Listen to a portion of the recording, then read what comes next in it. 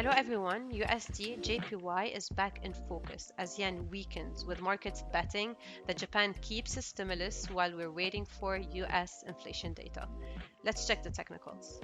We've already seen the impact. USD JPY is now pushing to 159, its weakest level since mid 2024, and the yen is also at record lows against the euro and Swiss franc.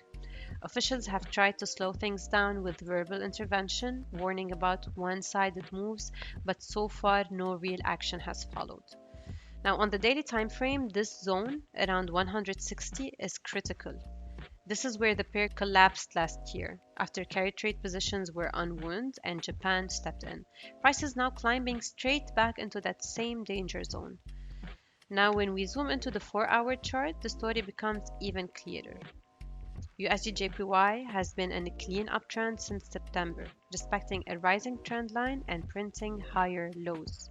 There's a clear formation here. The key level is 158. Price hit it, failed, consolidated, tried again, and now we've finally seen a breakout above it. That's a classic bullish signal, but it also means the pair is entering a very sensitive zone.